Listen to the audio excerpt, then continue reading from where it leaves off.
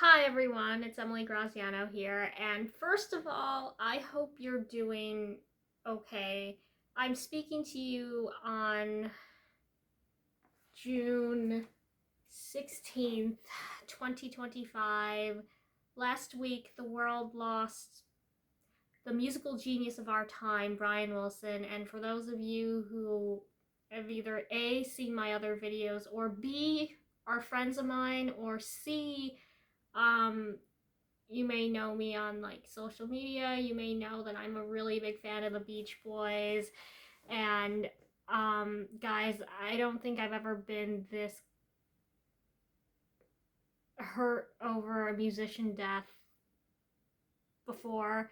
Malcolm Young, 2017, that was pretty rough. It's like, oh my god, Malcolm Young. Like, similar to Malcolm, it's like Brian, we knew he wasn't exactly well, like we knew he was battling dementia and all that. Similar to Malcolm Young actually, but it's like, oh yeah, Brian, he's hanging in there. He's well. He's as well as he can be. And then, when he passes away, it's like a what now type of situation. But that brings me to what I have been thinking ever since I heard the news. How lucky we all were to live in his lifetime, right? And even more so, how lucky we were as fans to go see him. Whether you saw him, and I know that's a more difficult um, feat to accomplish because of his limited touring abilities, but whether you saw him with the Beach Boys on the Brian's Back tour, maybe you did, or sporadically in the 80s, or more strongly in the 90s with the Beach Boys in 2012, solo touring, his kind of last life of touring, he was touring with Al Jardine and 1970s member of the Beach Boy Blondie Chaplin.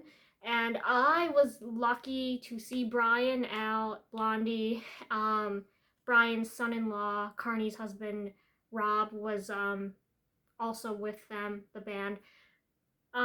November 30th, 2018, Hammond, Indiana, my mom's hometown, and we saw Brian perform the entire 1964 Beach Boys Christmas album, front to back, and of course they played some of the hits, like Blondie did a beautiful rendition of Old Holy Night and Run, Run, Rudolph. Al, of course, got to sing Help Me, Rhonda, and just they played California Girls and Good Vibrations. Like it was a real treat. I don't take that for granted, and I remember like sitting there thinking, oh my gosh, this is gonna be so cool, but I didn't really think it sunk in. Like, oh my god, this is a once in a lifetime chance. Soak it in. Just be in the moment. Like, I don't think that sunk in as much then as it is now. And guys, this brings me to another point that I've been thinking about. Currently, off the top of my mind, there are 4 bands in which I can say those fans are lucky. Well, I can say the real term I want to, or I can be diplomatic and just say lucky jerks, I guess I could say. But Kiss, Aerosmith, Cheap Trick, and Black Sabbath, what do they all have in common besides being really, really awesome and the fact that I'm a fan of all those bands?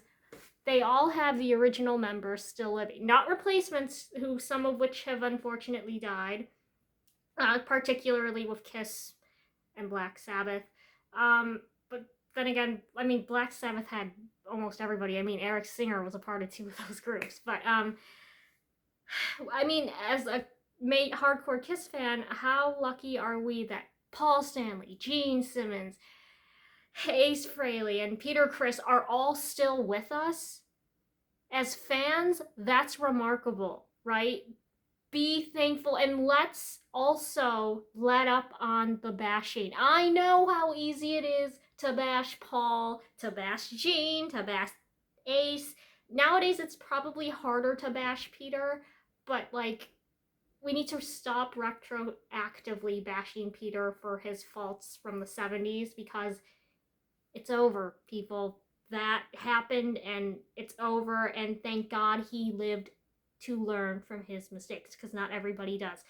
Okay, we have all of Aerosmith with us, all 5 guys, and that's pretty incredible considering we could have lost either any of them in the 80s, and I wouldn't be sitting here as a fan saying, let me rephrase that, as a fan who was born in the 90s, sitting here saying we have all the original members. Same with Black Sabbath, and same with Cheap Trick.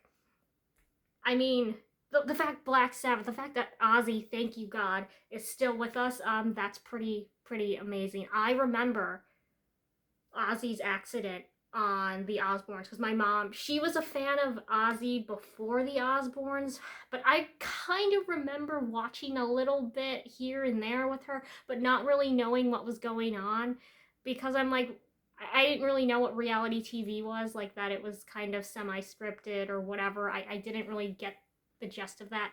But I remember like my mom freaking out about his accident. I'm like, wait, what happened? He's like, Ozzy almost died. I'm like, died? Whoa. Like, that was the first instance of a rock star almost dying that happened probably within my own lifetime.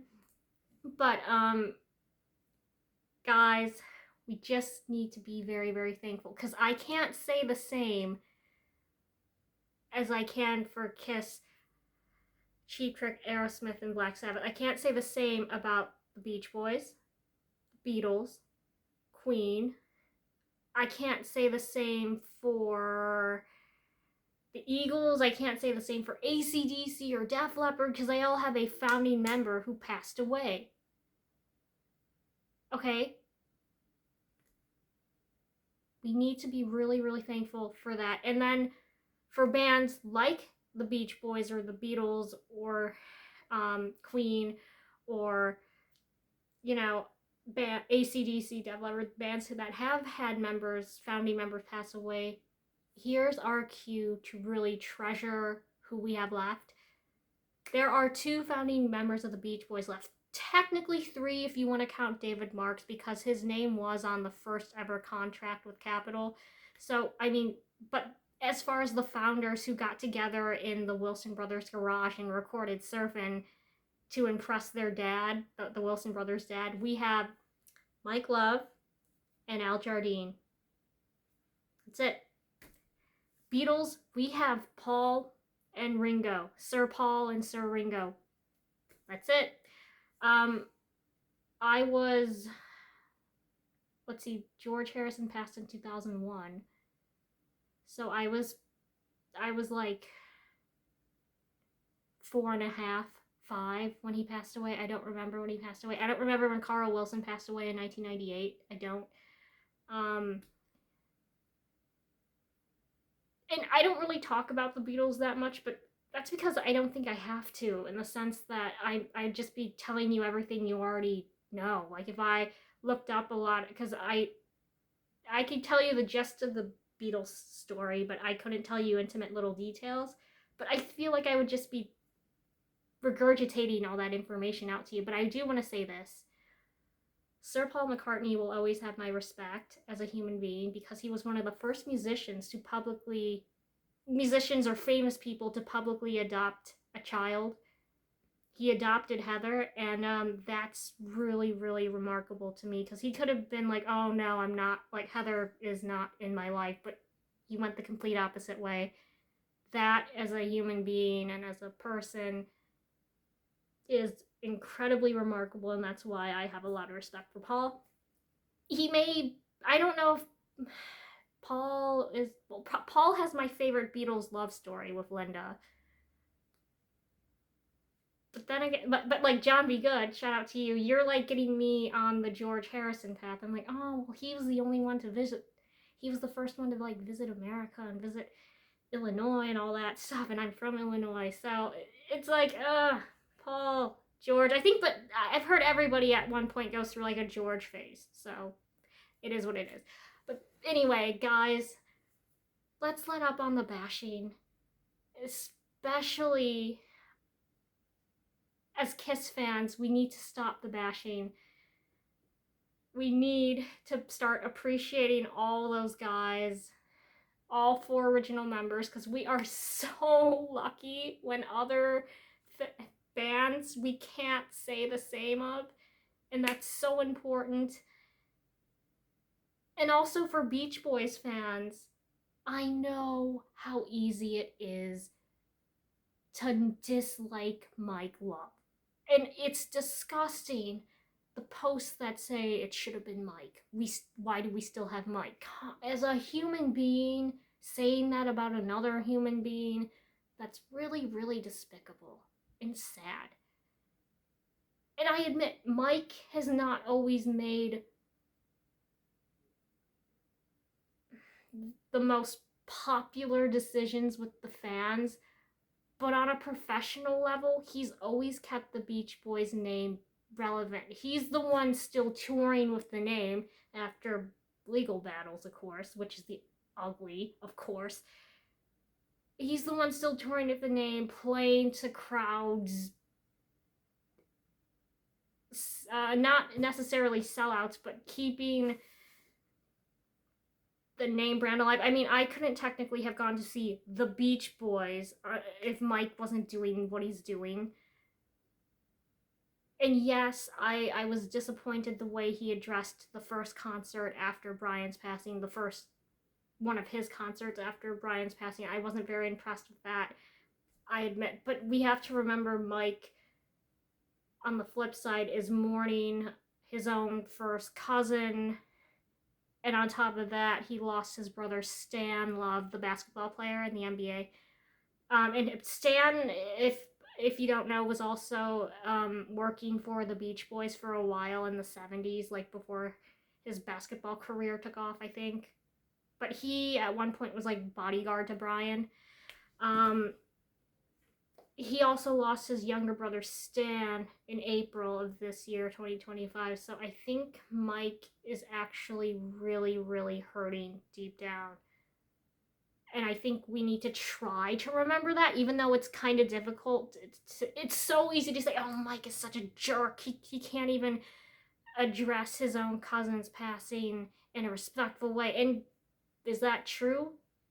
Yes. But on the other hand, it's like, is he going through a lot right now? Yes. So I think it's a case of 2 things are true at once, and you kind of have to look at both sides of it. But yeah, I think, guys, in the end,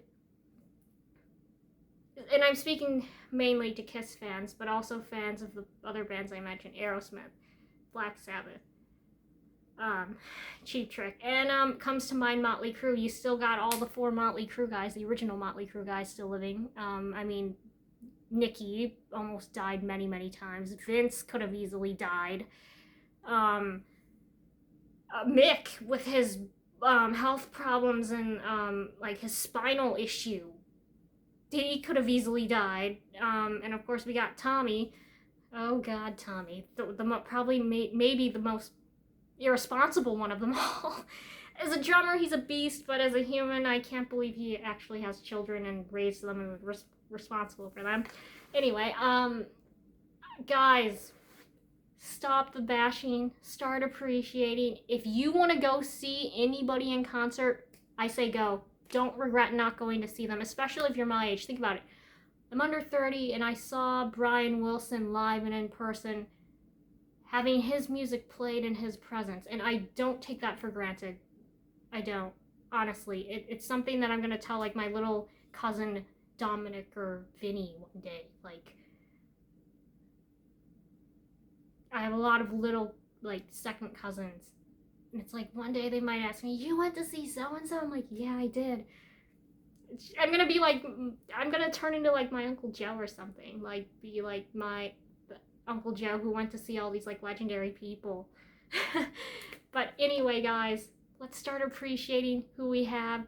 One last thing, Peter Criss, you're gonna save my year for me because it's been pretty crappy, and your rock and roll album, I am totally excited for Peter Criss's album, and he's going to save my year. Thank you, Peter Chris. God bless you. The Catman is still the coolest guy in town. So, guys, thank you for watching this video. Brian, you will live forever. Your music will still be played like 500 years after I die, and it'll be like, you'll be mentioned in music legends along with like Bach or Beethoven. So, guys, thank you for watching. Appreciate who we have. Go see those concerts, and thank you for watching. I'm Emily Graziano. Have a great day.